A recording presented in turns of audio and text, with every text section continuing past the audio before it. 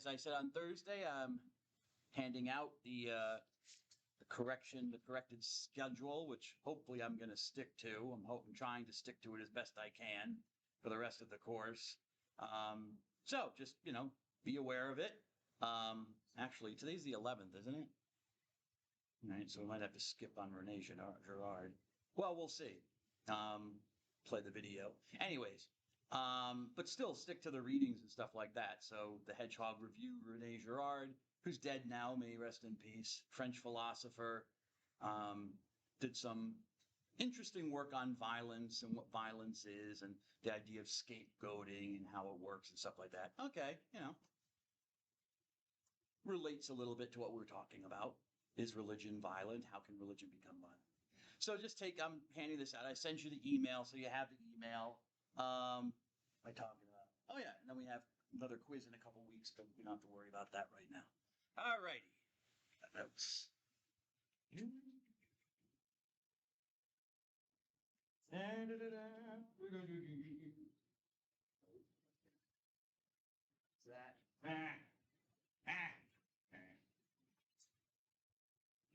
Okay, here's a picture of this beautiful gentleman, Nicholas Black Elk.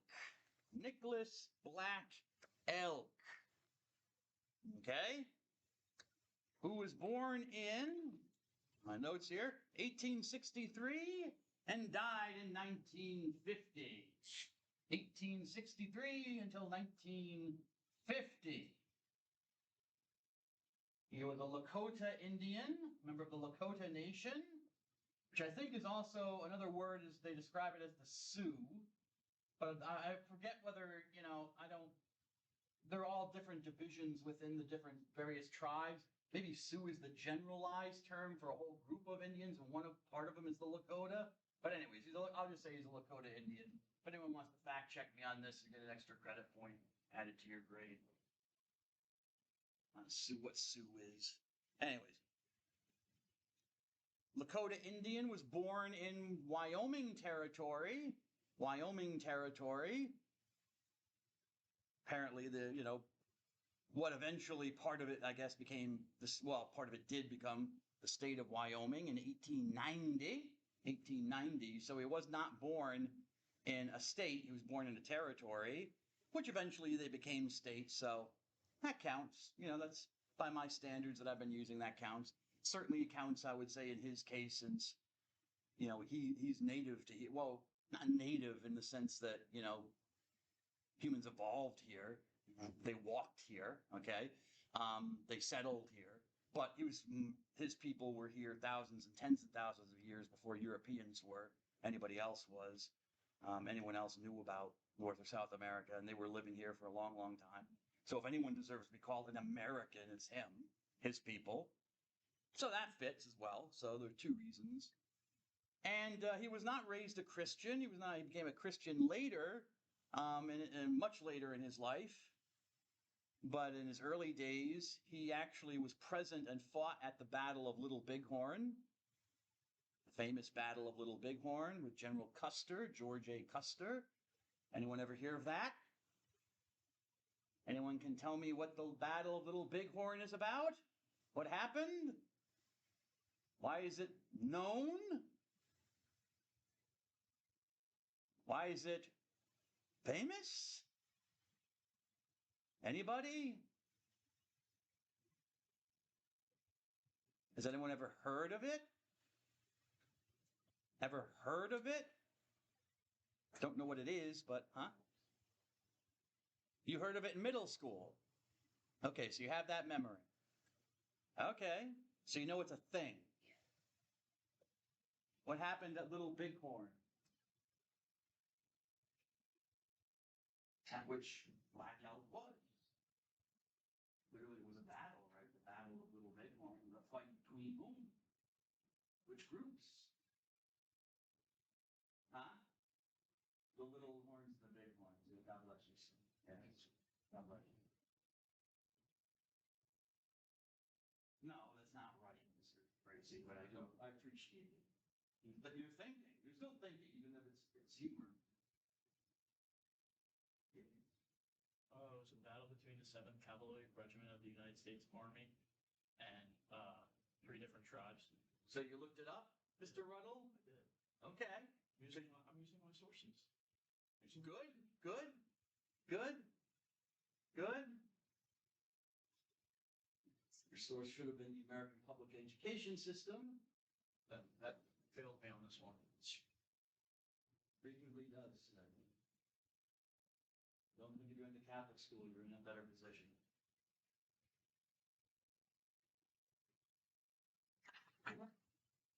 Little Bighorn. Yes, thank you. The U.S. Cavalry. It was a battle between the U.S. Cavalry, federal soldiers, and a group of Indian groups. And apparently he was there at this historical event, fought in it.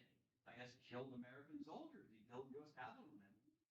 Why was the U.S. Cavalry formed? Well, it was supposed to, I think it was a branch of the Army, but nevertheless, it was part of the U.S. military that was supposed to pacify the West, the Western territories, the United States. What does that mean? Pacify. Pacify. What do you think their job was? What do you think they were pacifying? Rocky Mountains? Colorado River?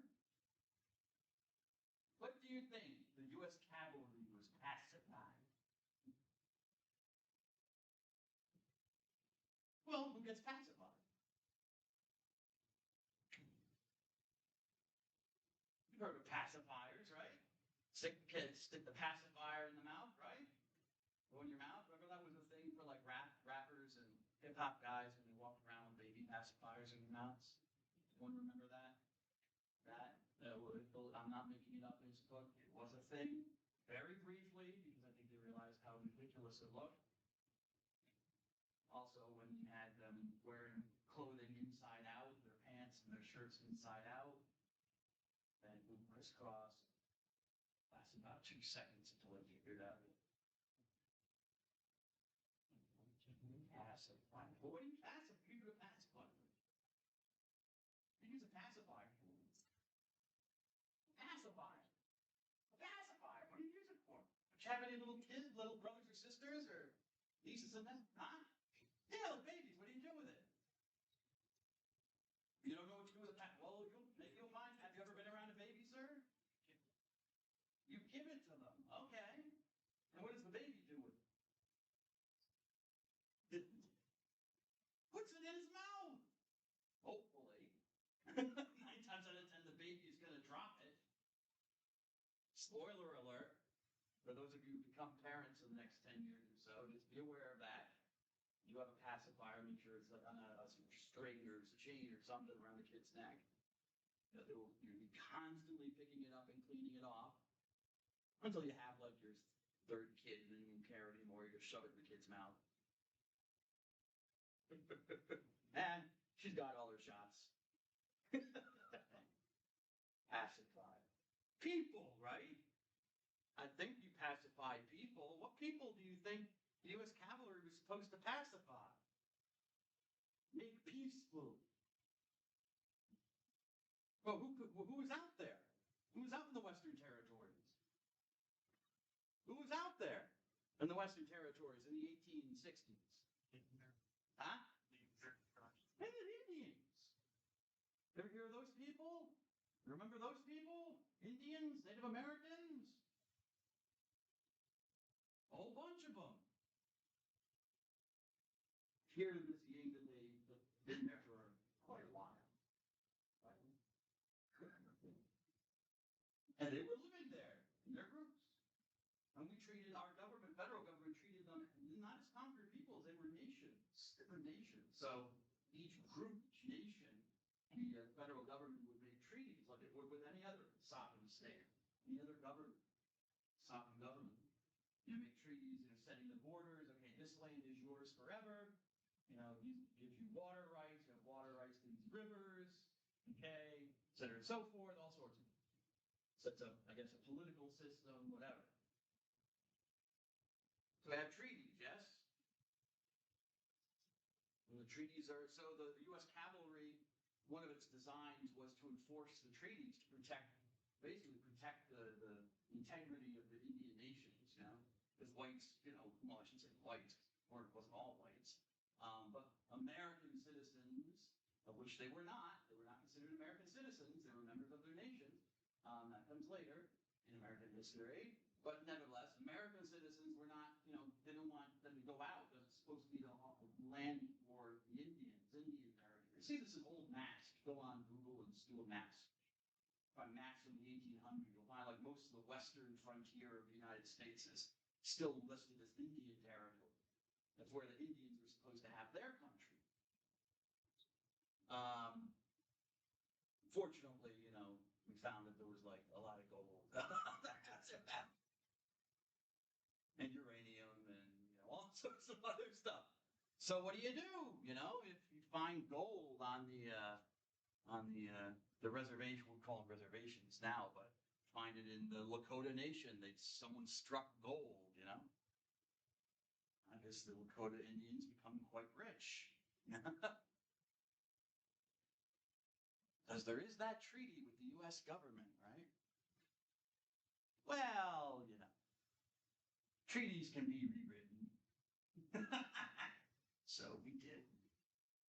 So we said, remember the boundaries we agreed on in the treaty? Well, this one part we're going to change. So, place where there just happens to be gold, white settlers and other people of other American settlers of other races and ethnicities are pouring in to pan the gold and get rich. And that's not yours anymore. It's not within your boundaries anymore. So just slice as we found more things. Or that river that runs through. Well, a city has developed downriver and they need fresh water. So sorry, we're gonna move the boundary a little bit so you don't actually have water rights. We'll take that. I would assume as a treaty between countries and nations, this has to be made between partners, right, Ms. Cook? I mean, if we're making a treaty with like the United Kingdom, I mean, the Brits aren't just going to stand put. Like if we're like, maybe that treaty we made with you like three decades ago, we're changing the terms. I mean, maybe they might accept it, or they might go to war with us over it. Maybe it's happened. Broken treaties. That's how World War I started. Violation of treaty obligations.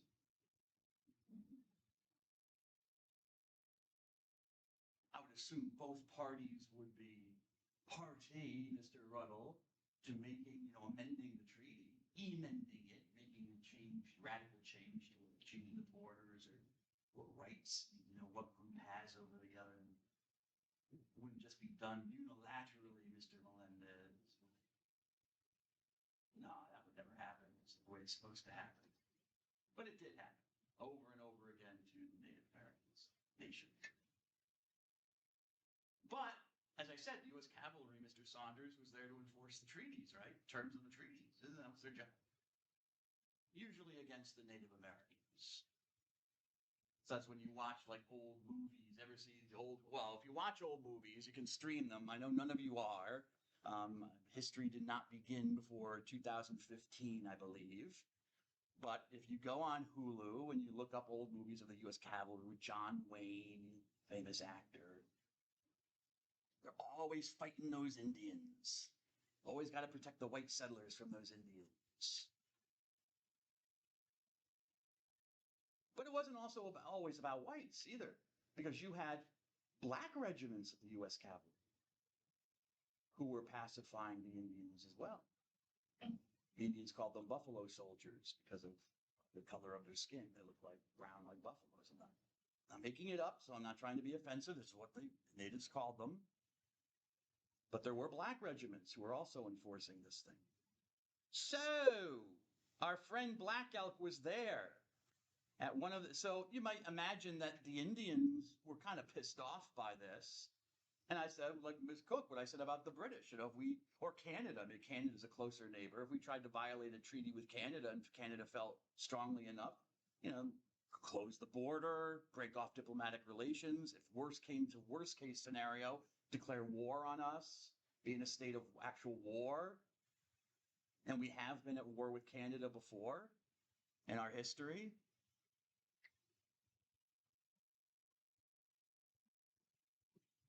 So the Indians revolted. And this was one of the battles. There were many battles. They're called the Indian Wars throughout the 1800s.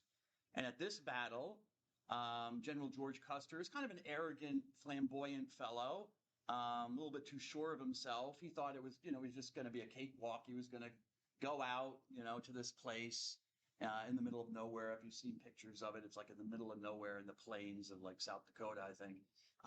And beat up upon, a bunch of Indians and go home. And that's not what happened. The tribes of Indians came to play, Miss Krause. They came to play.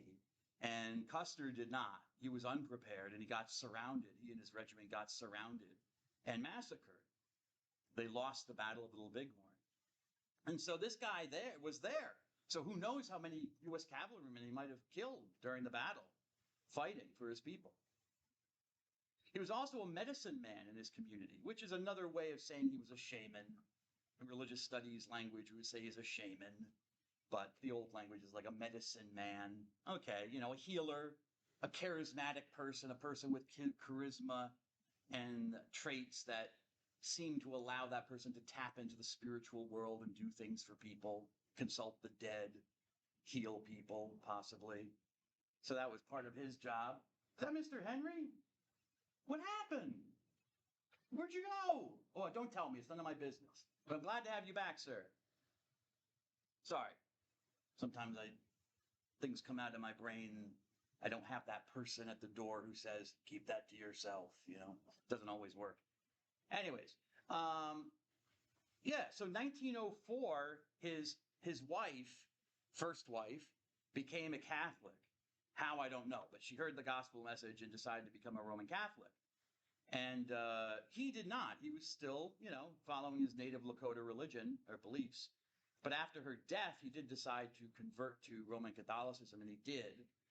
And he kind of mixed and matched his Catholicism, his Christian beliefs, with his Lakota religious beliefs. He didn't really see a lot of difference necessarily. That could be a little bit controversial, I think. Personally, I think. But, who am I to judge, He knew his culture better than I did, so he knew what would fit and what wouldn't with his, he was truly a believer. He was a Christian, but he knew better than I do. And he became kind of famous through a book in 1932 that was published about him called Black Elk Speaks, in which, I guess someone interviewed him about, his experiences as a Native American, and he speaks about being a Christian and stuff like that. Whatchamacallit. And this is an actual picture of him. So that's what he actually did look like.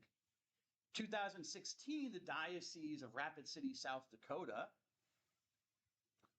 So I guess South Dakota, the Dakotas were part of the Wyoming Territory at the time, I'm assuming. But nevertheless, 2016, the Diocese of Rapid City opened his cause. So he is now servant of God. So I ask servant of God, Black Elk, please pray for us all. Pray for us who are blessed to live on this beautiful land, in this beautiful land that his ancestors have been on for so long, and also bless his ancestors, all the Native Americans who live here in both North and South America. May they be blessed by God. And amen.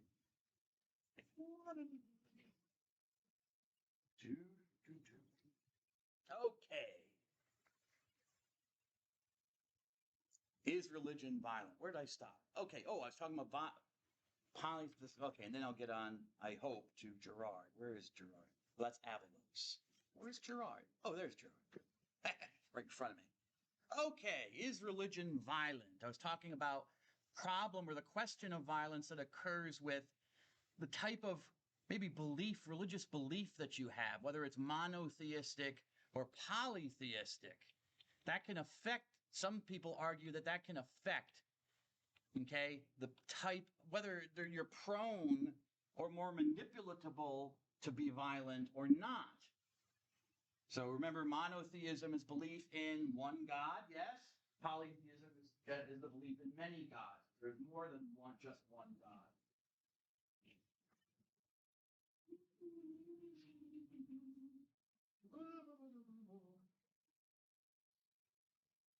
Oh, there we go.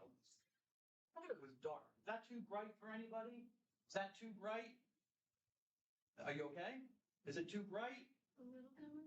A little dimmer? Okay. Little? That's good? Okay. I can still see what's going on.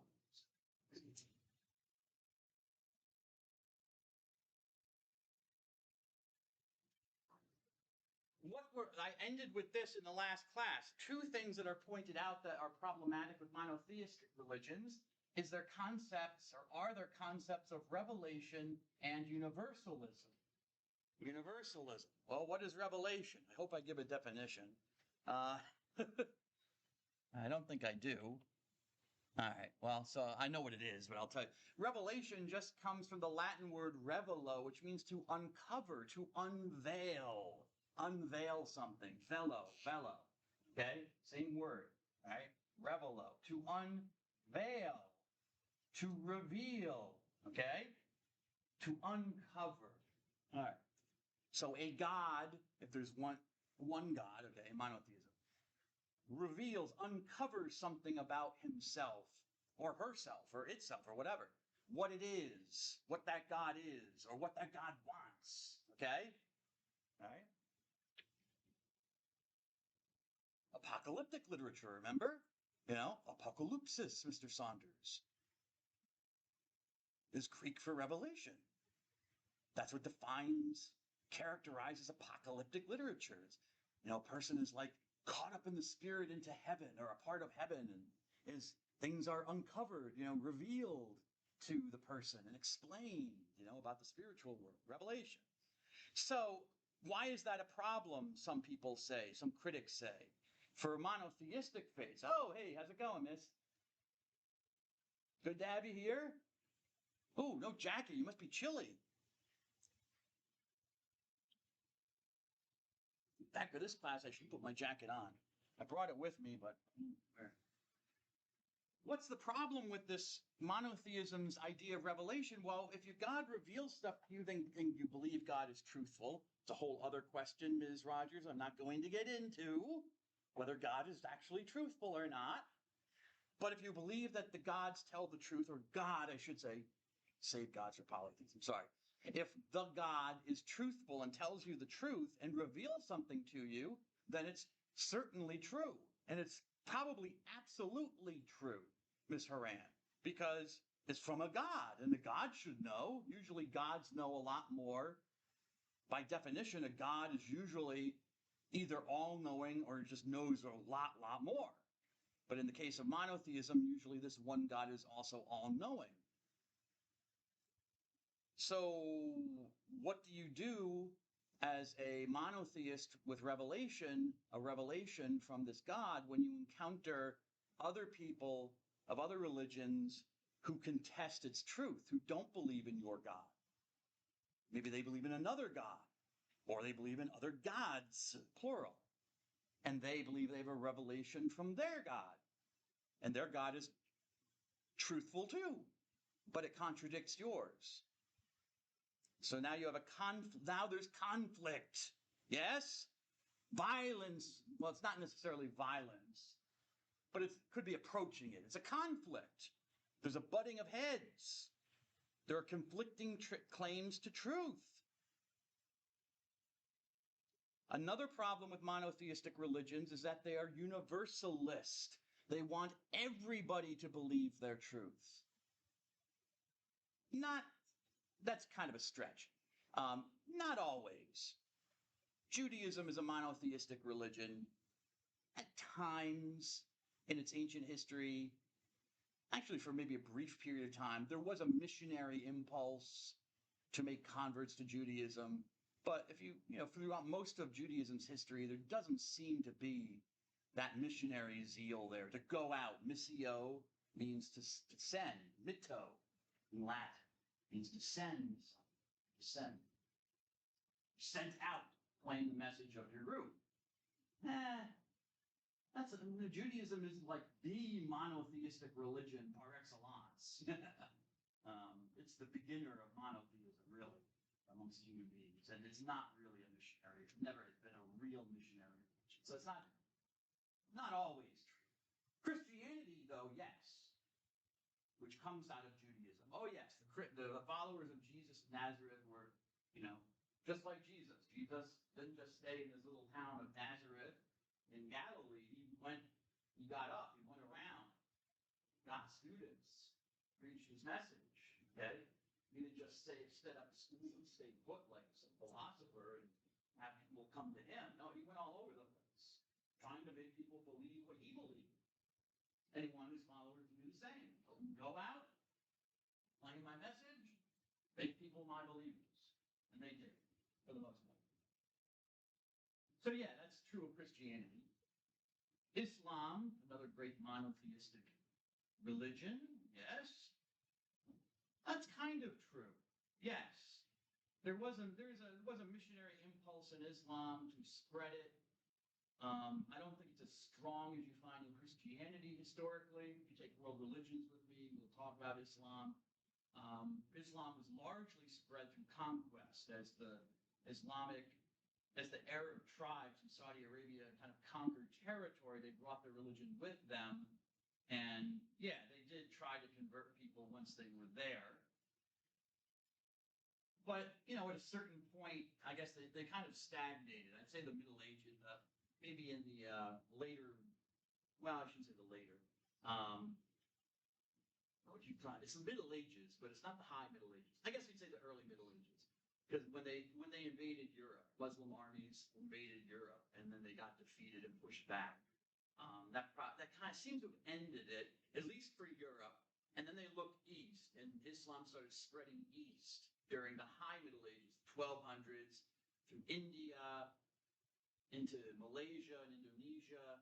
Okay, it's already in northern Africa before that, and that's pretty much where Islam stayed. It didn't really go any place, it didn't go farther. But it does have that missionary impulse too. It wants to spread its message, okay, because it's the truth. But I don't know that it necessarily has the same passion as you find amongst Christianity. It's like, you need to know Jesus. You don't need to know Muhammad. You do need to know the Quran if you're a Muslim. People should know the Quran. But if they don't accept it, it's no skin off my teeth that you're going to burn in hell. No. In Islam, they accept that there are people who are not Muslim, who are good, righteous people. And we'll get to some kind of happiness in the afterlife if they're friends of Allah and friends of God. Not true paradise, because they're not Muslims, they're not submitted. But, the people who definitely oppose Islam, they're going to burn. So that's the will of Allah, that's the will of God. So I'm not going to, if I'm a faithful Muslim, I'm not going to lose any bit of sleep over it if I told you about the Quran, But Christians are like more pushier, right, Miss Krause? It's not enough that you say no, You still come knocking on the door, right? Like when you peek through the, all right, what do they look like? All right, are they two dudes in suits, black suits with placards on? No, it's a woman and a young kid. That's Judaism. Jehovah's Witnesses, maybe? The Philadelphians? Maybe?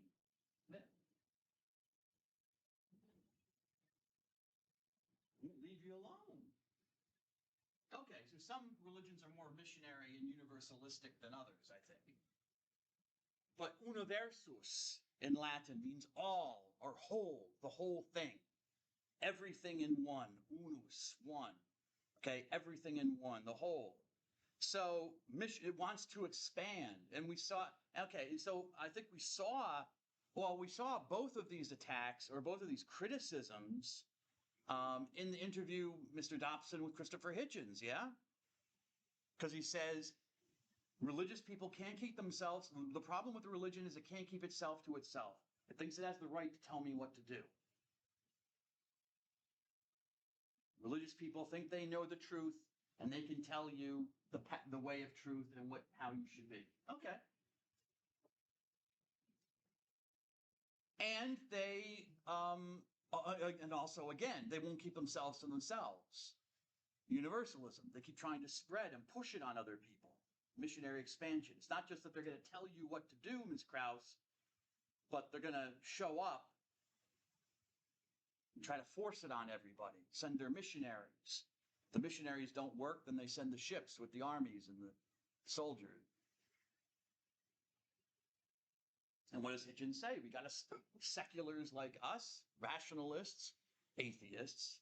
I don't know if he actually uses the word atheist during the interview, but he is, and that's what he's talking about. We need to assert ourselves and rise up and say, no, we're not. We don't share your truth. And we don't want you to bring this to our shores.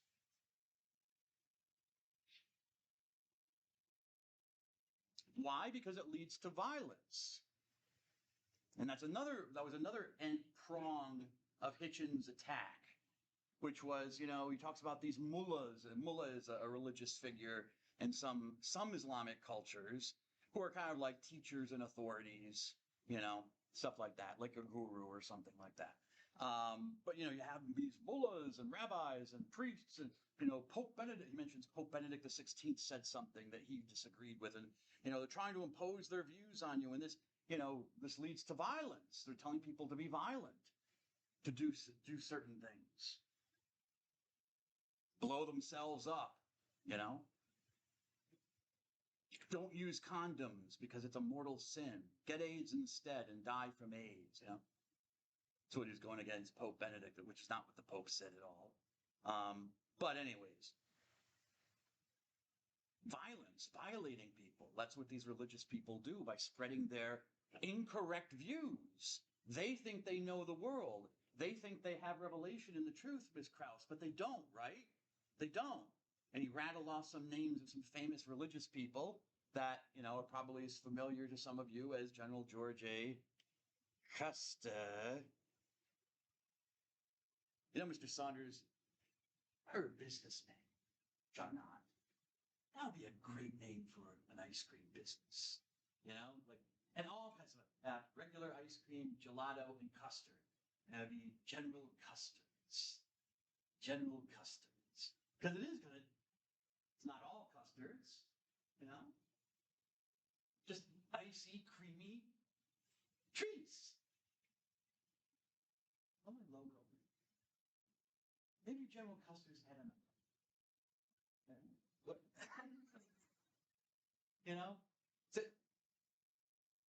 That's going too far. That's me. Sorry. General Custer's. Okay. If any of you ever use that, I give it to you for that idea to you freely.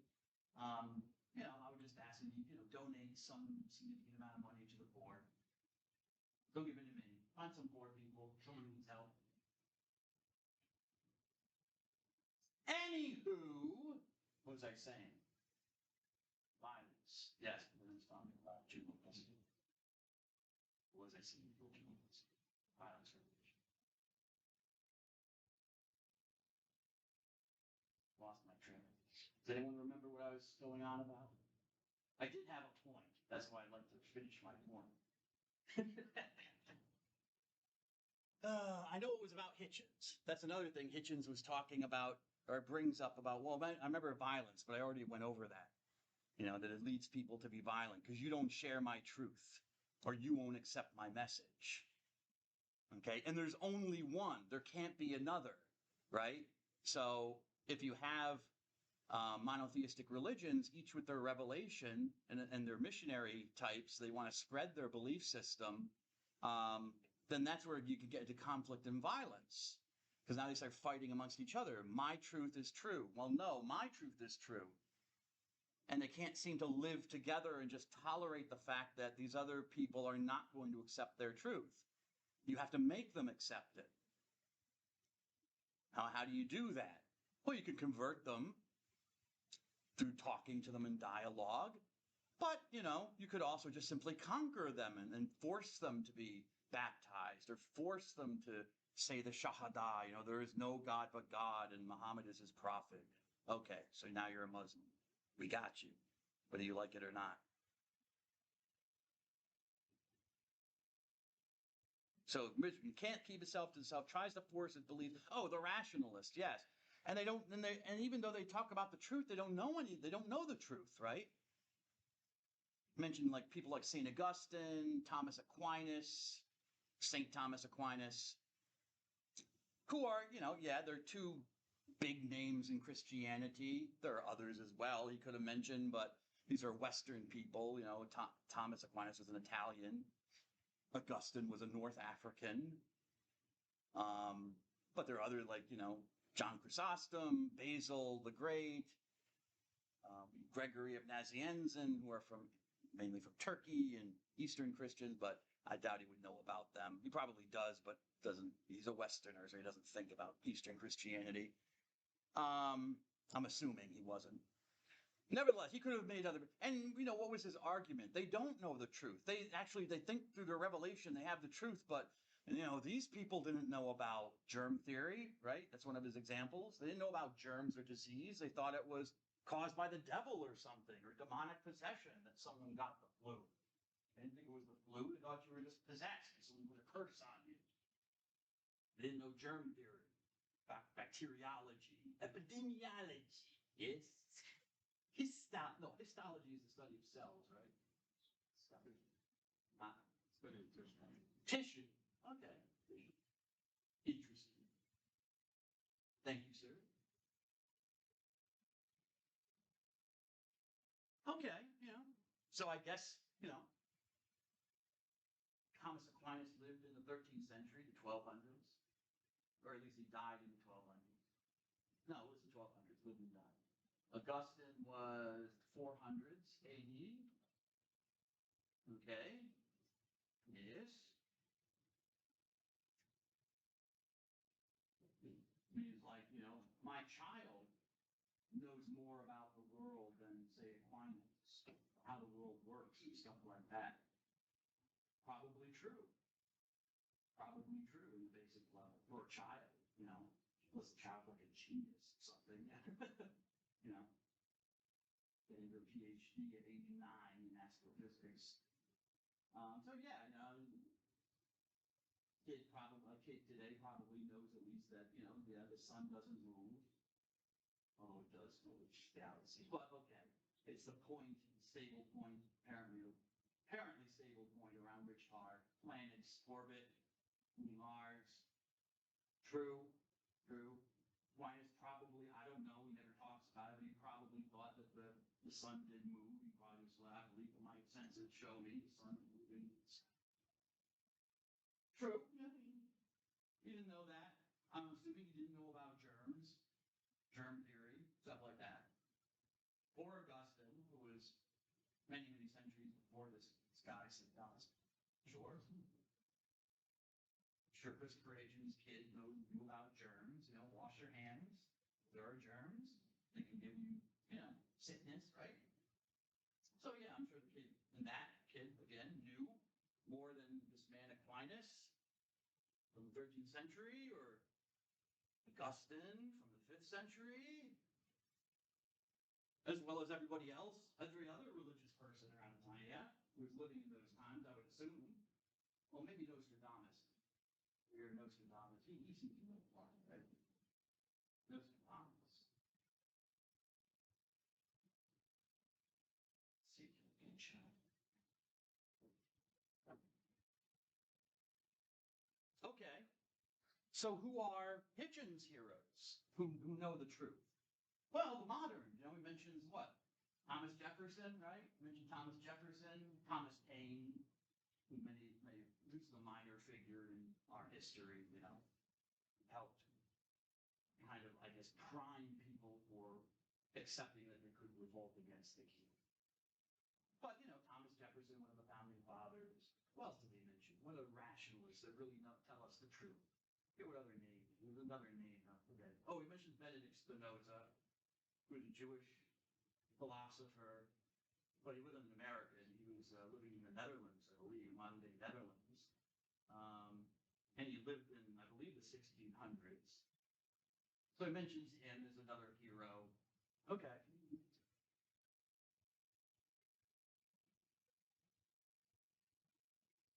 So follow their truth.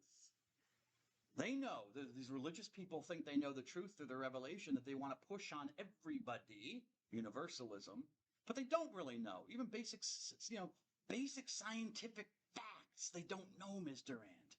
So how can you trust them when they tell you about ultimate things like how many gods there are and what this God wants of you. Oh, okay. All right, fine. I mean, it's a criticism. I grant him that. Does it, now for our purposes, Ms. Colonna, do these beliefs necessarily make monotheistic religions violent? I'm not sure that, for me, I'm not sure the consequences are inevitable. And Fritz Graf, in his article on violence in the Encyclopedia of Religion, says that. He says these aren't really inevitable, okay? I mean, a conflict, you have to create a conflict. Conflicts are created, They're not necessary. Human beings can have truly different ideas and live together cheek to jowl, as they say, Mr. Klitsch, without beating each other with their clubs. Graf says in his article that something like this these things only generate conflict when the other truth claim really threatens my truth claim. Okay? Like someone saying I'm wrong. So yeah, I can see why there would be conflict and violence generated between Christianity and Islam, because Islam claims to be a completion of God's revelation to Christianity. Christians have it wrong, Jesus is not the Son of God, not a God at all. He's just a great prophet and teacher, okay, who proclaimed the message of Islam, and Christians just got it wrong. And so, but now they should accept that the Quran is the truth and get rid of all their beliefs. So now there's a conflict. It's intolerable that they believe this about Jesus, the prophet. They make him into a God. There's only one God. There can't be two gods. There can't be Allah and then Jesus, both gods. There's a conflict. And so we can't tolerate that if you're a Muslim. And the same thing from the side of the Christian, you cannot tolerate that there's a completing revelation. No, Jesus is the one revelation, the absolute revelation of God. So to say that he's not, that you needed another one 600 years later,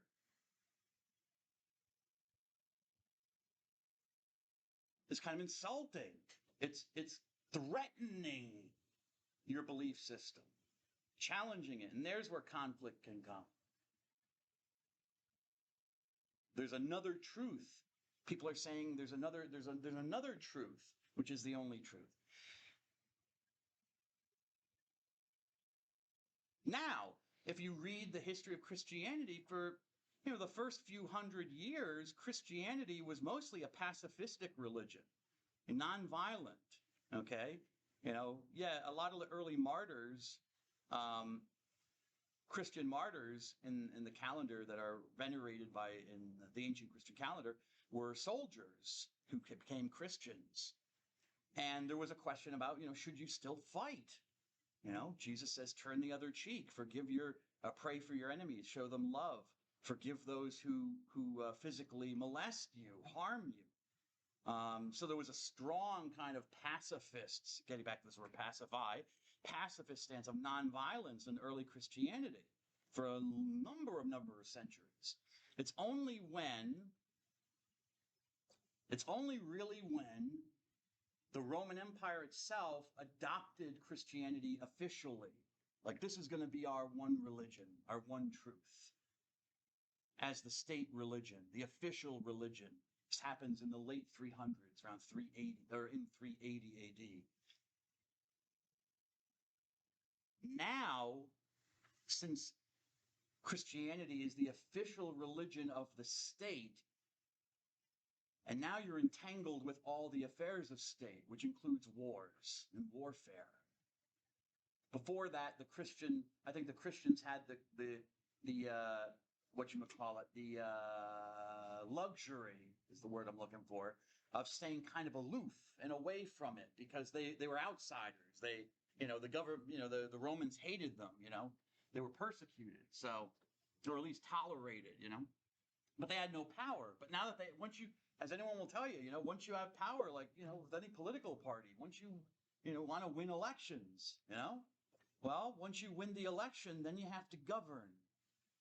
And that's where the promises or the intentions that you had that you said and explained or said to people to get elected, hmm,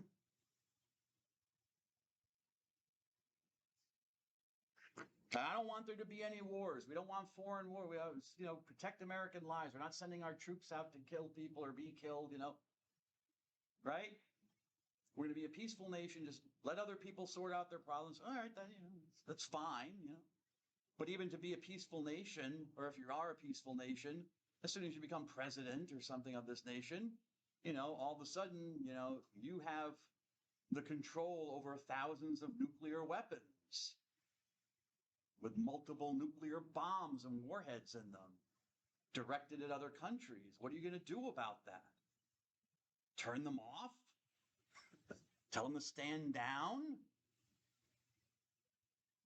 You now become the commander-in-chief of the armed forces. You don't have to send them out to war, unless there's a declaration of war. You don't have to send them out to do anything. You don't want to.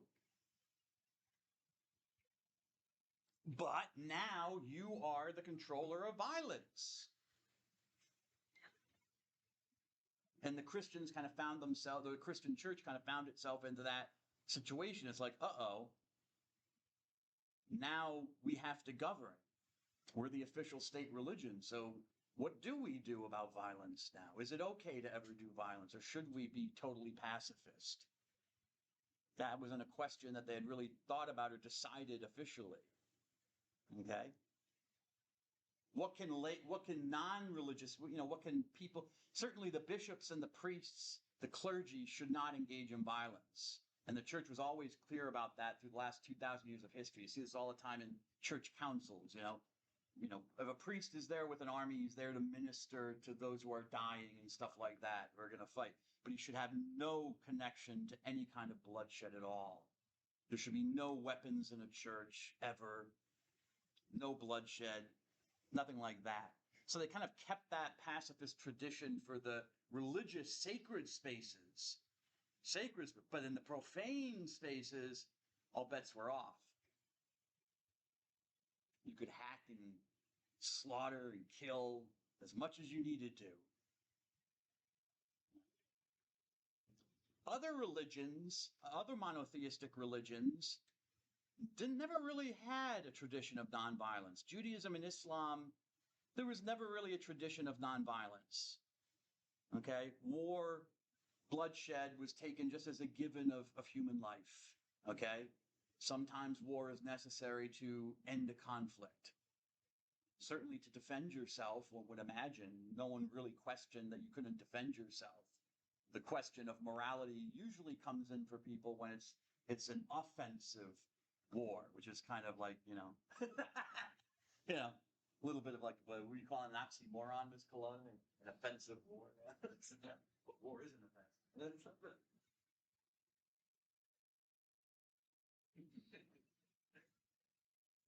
Now, if your intent is to attack, rather than to just use attack as a defense, prepare for defense, one can be morally justified a lot of times. But sometimes you do have to attack in some cases. When people are attacked, certainly when people are attacking you. But even then, war needed sanction. You just couldn't do it because you wanted to do it. So there are rules. You find rules in the Bible. They're rudimentary rules, okay? But you find rules for how warfare is to be conducted. I think I have that one of the readings, maybe. Hold on a second here. In the book of Deuteronomy. I ask you to read from it. Do I? I think in the old syllabus I did. Anyways, but, when I went over just war, but I'm not doing just war now. But anyways, and like in the book of Deuteronomy, for instance, there are some rules about that. There are some rules scattered throughout the Quran of Islam about what to do and what not to do during warfare. Now, what about polytheistic rules? But just coming back to my point about Christopher Hitchens, just before I move on, it's not a good argument. Not just because I am a monotheist and I gotta disagree with him, right? No, but it's just not a good argument in and of itself, no matter who's making it, because all of the people that he mentions, these religious people, supposedly who knew the truth about God, so and didn't know all these other basic things like germ theory or how the world worked. So the argument is, then why should we listen to them? Why should we trust them for truth that really matters? Because they don't really know. Okay, that applied to everyone he named in the video. Paine, Spinoza, Jefferson, okay, the rationalists, as he's calling them. He mentions other people. He mentioned Isaac Newton. Yeah, maybe you remember he mentioned one of the greatest modern scientists of all time. Okay, basically invented physics, modern physics, which a lot of it has been revised. Okay, but some of it hasn't. Has laws of physics named after it or come from him. Newton's law of this. Some say he invented, is it calculus or trigonometry? I think it was calculus. But then again, there are other people who claim that there are other people who at that time also figured out calculus. But he did have, a hand in kind of inventing calculus. So you can thank him for that. Any of you in calc in high school? No, I didn't. Huh? Here? You like it? It's all about curves, right? Measuring curves? No? Well, what's it about? What kind of math is it? Well, boil it down for me. Boil it down. All right. Know how I passed with an A. You got an A? Ooh, that's nice. Don't remember. Guardian angel was helping you, whispering the answers, directing your mind. I know trigonometry is about triangles, right? I thought calculus was about vectors, right, and measuring curves. But okay, fine. I never took it. I'm not a math person. My brain can't wrap inside this. I can't. Unfortunately, it's not with it. I like it though. I hated it growing up, but I like it for what it is. But I just know I can't do it very well. I stink at it. Anyways, but okay. What was I talking about? Oh yeah, Isaac Newton. Genius. Everyone acknowledges that. Okay? All scientists, astronomers, physicists, they willingly bow the knee to Sir Isaac Newton, who lived in, again, I think the 1600s. What's the 1700s? Anyone want to check his dates for me? I think it's the 1600s, but it could be the 1700s. It's not, or I don't think it's later than the 1750s. I think he was in the 1600s. If anyone wants an extra credit point.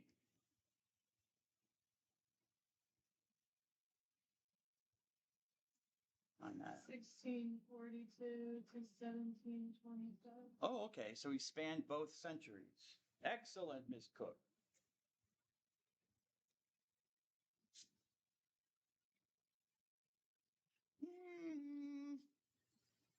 Miss Cook. Ooh, you're getting. I gotta watch out for you. You're getting quite a number, Miss Cook. All right. Can't have my students do that well. It's like they're learning something, can you believe it? Last class, the student in the back, one of my students was reading a book. Before class, he was reading a book openly. I don't know which book it was. I was going to yell at him. I should have taken him to task. I'll have to do it the next class. What are you doing, reading a book in my class? Make me look bad.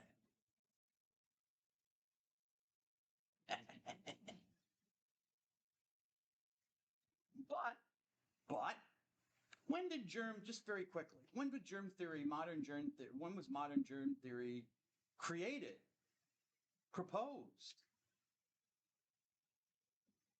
Well, actually, if you want the actual date, I was going to say the 1850s, but yeah, 1850s.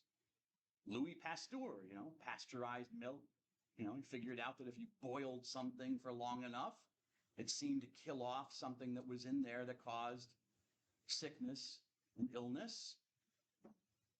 People before that apparently thought that germs were created by rot.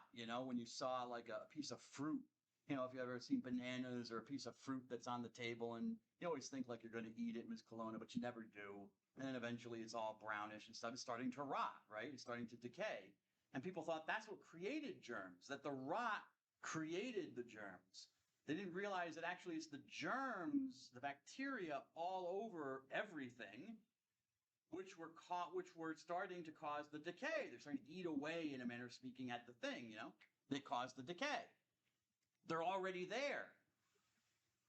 People didn't know that. Pasteur helped prove that. Well, that was the 1850s. And every name that Hitchens mentions in his interview, Jefferson, Thomas Jefferson, Isaac Newton, as Ms. Cook just told us, Thomas Paine, Benedict Spinoza, the great philosopher. Who else did he mention? Somebody else. But whatever, they're all pre-1850, aren't they? I mean, Thomas Jefferson, I think, died like in the early 1800s. In fact, I might have his date down here if I look. Yeah, when did Jefferson? Oh no, 1826. 1826. Spinoza died in 1677.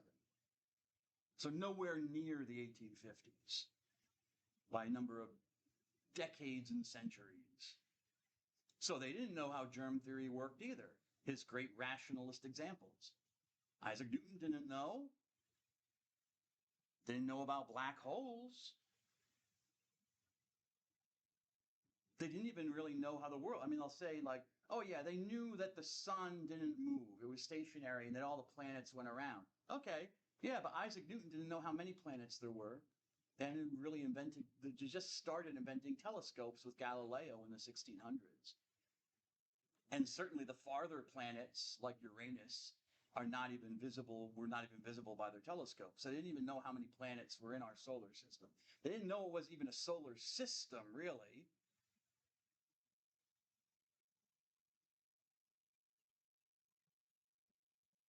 Okay, I mean, I'm just saying, like, if you want to play this game, all right, I got a PhD, I'll play the game, I know some stuff.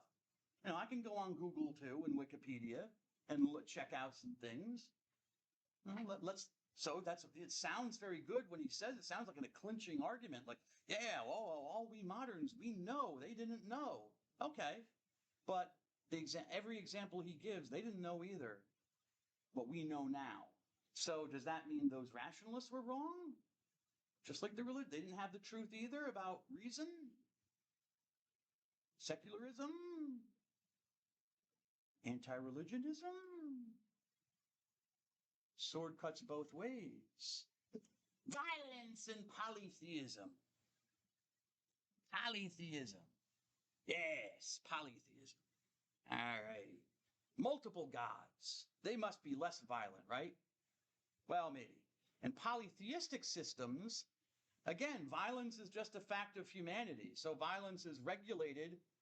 Has one, I guess it has one benefit is that since there are many gods, you can have one god that you can specifically blame for violence. Okay? So violence would be regulated by a specific deity or god. You could spread it around, where I think is a problem with monotheism is that you've only got one god to blame. So both the good and the bad. That's on you, Yahweh. Your fault, Allah, or whatever name you give. But if you're an ancient Greek or Roman or Hindu, well, then you've got a whole bunch of gods to choose from. You have Zeus. There's a statue of Zeus with his firebolt, lightning. Lightning. That was his power weapon. That was his thing. That's what made him the king of the gods, that he controlled lightning. Apparently lightning is very scary to ancient people, so it's a sign of great power. Zeus was the protector of justice in society. Okay. So he overlooked justice to make things were working. He could use his firebolt and throw it at people if he needed to enforce justice. There was Athena, one of the goddesses. Okay. Yes, there's a statue from the 3rd century AD of this goddess Athena. Oh, she the god? Who's she related to? She might have been one of the sisters or daughters of Zeus. Anyways, she's a goddess who was the one who oversaw the proper conduct of defensive wars. Again, this idea that defensive wars were okay. To protect yourself, that's okay. Offensive wars, where you're going out specifically to do damage, then the moral question becomes more pointed. Okay? But Athena oversaw that you were properly doing the war. There were all sorts of rules on how you had to fight. Okay? It wasn't just, slaughter. All right? Even for polytheistic religions, even in the ancient world, they recognized warfare might have to happen, but the gods were there. Actually, religion was there to pull people back. Athena's watching you. She's watching how you conduct the battle. Do you do it in a just manner? Do you kill the right people and not the wrong people? And so before you even think of going into a war or conducting violence against something or somebody, you had to invoke the protection of a god. So usually they performed some ritual. There were all sorts of rituals for declaring war on another group of people, okay? And then going into war, explain what you were going to do and what you should not do. We see all of this. I don't have this in my notes, but if you take world religions with me, I'll talk about in Hinduism the Battle of Kurukshetra, which is recalled in this huge story called the Mahabharata. Basically called the story of Great India. It's like the story of India in a way. It's a huge, it's huge because people kept adding to the story over the centuries. It wasn't written by one person all at once, or over time. And it includes all sorts of different stuff. But the main focus of the Mahabharata, the great story of the Bharata family, or you could say of India, because it's another name for India is Bharata, is the Battle of Kurukshetra, this great war. And they start out the battle following the rules. The problem that comes up in the story and why it's such a tragic battle in the whole story is because after a while, one side starts to bend the rules and then starts to break them and do things that they were not supposed to do. Like you had rules like, you could not in battle attack someone who did not have a weapon. Guy drops his weapons, you're just standing there, you just couldn't come up, okay, here's my chance, and stick the bayonet in his belly and kill him. Couldn't do that. That was against the rules of war. It was dishonorable. He wasn't armed. He was attacking you then. You couldn't attack a guy who didn't have the same weapons as you. Sure, you had some just cooking right there. It's even 3 o'clock. Oh, it is 3 o'clock. Okay. 52, I should be the one taking a nap. Put me to sleep, Mr. Saunders. Anyways, yeah, so I'm sure you've heard the saying, don't bring a knife to a gunfight. Don't bring a knife to a gunfight. Not if you're a Hindu. That would, again, be dishonorable. If a guy only has a lesser weapon than you, like a knife, and you have a gun, you cannot shoot him. You cannot fight him until you get something equivalent to fight you. That's fair. That's justice. So it's not like, you got a machine gun and you're fighting against, I don't know, bunches of Indians, Native Americans. You U.S. cavalry, you have machine guns and just are in a battle with them, you gun them down with a machine gun. That's considered dishonorable according to ethics. So all sorts of rules regulating kind of things you can do. People who you could kill, who you were not supposed to kill. Certainly never supposed to kill someone who's not fighting, non-combatant, as we say. They were not fighting or engaging. They were off limits completely. You did not harm them.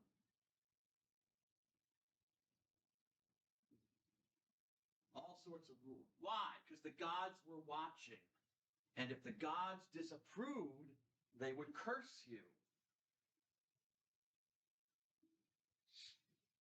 The one of the problems of the Mahabharata story is that a god is present, the god Krishna, and he kind of eggs on some of this dishonorable activity, which he's not supposed to do as a god. He's supposed to be a good god, but he's kind of messing around here. And at the end of the story, because of, one of I think the wife of Duryodhana, one of the guys, she's a wife of somebody. Anyways, she's so angry at Krishna, she recognizes his divinity, but she also recognizes that he did not do good in the battle she was supposed to do as a god. She curses him. And is that what turns Krishna blue? Well, anyways, Krishna has to suffer her curse. A god has to suffer her curse because he violated the laws of violence during warfare. Okay?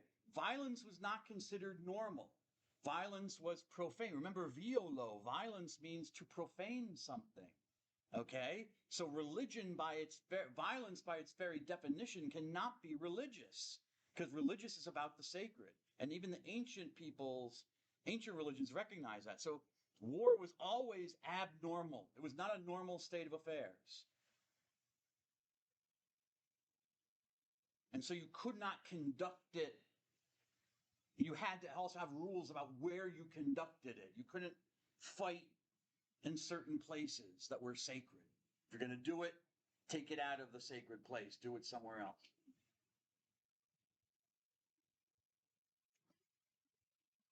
Again, religion is regulating the practice and really doing the opposite, not fomenting violence necessarily, although you could make an argument that, well, wasn't Krishna a god fomenting? Yes, but he wasn't supposed to. That's the point of the story. But actually here, it's like religion is trying to tamp down violence, accepts the reality, the human reality, but starts hanging all sorts of rules on it so it doesn't get out of control. It's within limits. It's still within moral principles. And it recognizes that it should not be. It's not a normal thing. It shouldn't be done. But if it has to be done, it has to be done ethically and morally.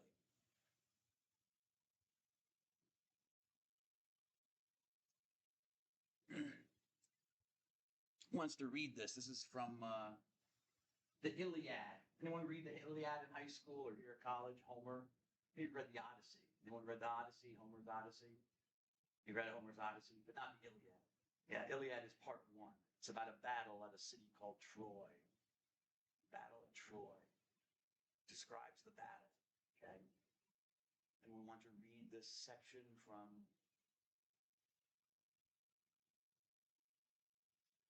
Oh, my alarm went off. Maybe we'll start with it next week.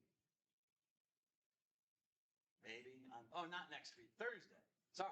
Forget about that. No holiday, Mr. Gracie. Thursday, we'll start with this quotation from the Iliad.